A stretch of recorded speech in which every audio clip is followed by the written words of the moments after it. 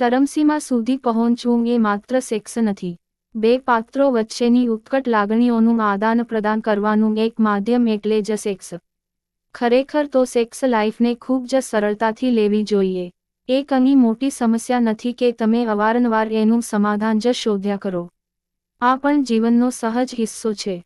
બીજું કે sex life ગમે તેવી નીરસ હોય તો પણ એને સુધારી તો શકાય જ. એ માટે સૌપ્રથમ પાર્ટનર સાથે પ્રેમથી વાત કરવી જોઈએ.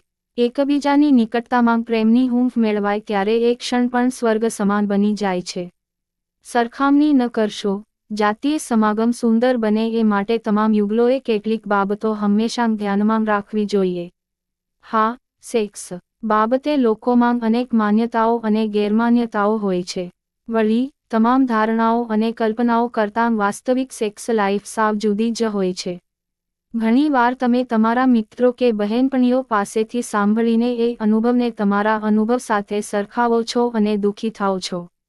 યાદ રાખો કે એ લોકોને પણ કદાચ સાચી સેક્સ લાઈફ માટે એટલું જ્ઞાન નથી હોતું.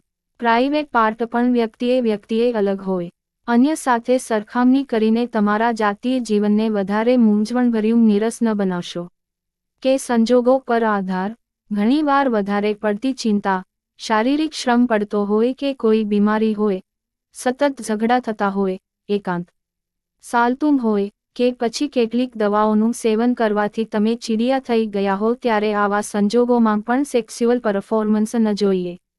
આ ફક્ત તમારી સાથે થાય છે એવું નથી. થોડા સમય પૂરતી આવી તકલીફો ગમે તેને થઈ શકે છે. તેથી એ સમય દરમિયાન સૌ પ્રથમ તો એમાંથી બગડે છે. એટલે ત્યારે બિલકુલ ગભરાવું. બહાર નીકળવાનો પ્રયત્ન કરવો જોઈએ.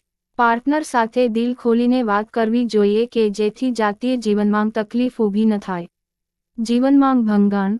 ઘણા લોકોનું જીવન પાર્ટનરના લગ્નેતર સંબંધને કારણે, પાર્ટનરની દગાખોરીને કારણે મુશ્કેલીમાં મુકાય છે. દરેકે એ સમજવું જોઈએ કે એકબીજા ઉપરનો વિશ્વાસ જ લગ્નજીવનને ટકાવી રાખવાનું મહત્વનું પાસું છે. તેથી આવી કોઈ પરિસ્થિતિને આમંત્રણ આપવું જ ન જોઈએ કે બંને વચ્ચે ભંગાણ ઊભું થાય. પરફોર્મન્સનું માપ. કેટલાક યુગલો હંમેશા પોતાના પરફોર્મન્સની સફળતાનું માપ કાઢતા હોય. એટલે કે આજે 40 કે 50% પરફોર્મન્સ રહ્યું, આજે 100% પરફોર્મન્સ આપ્યું. ખરેખર તો જાતીય જીવનમાં આવું કોઈ માપ ન રાખવું જોઈએ. સમાગમ સમયે બસ બંને પાર્ટનર આનંદમાં રહે તે જરૂરી છે.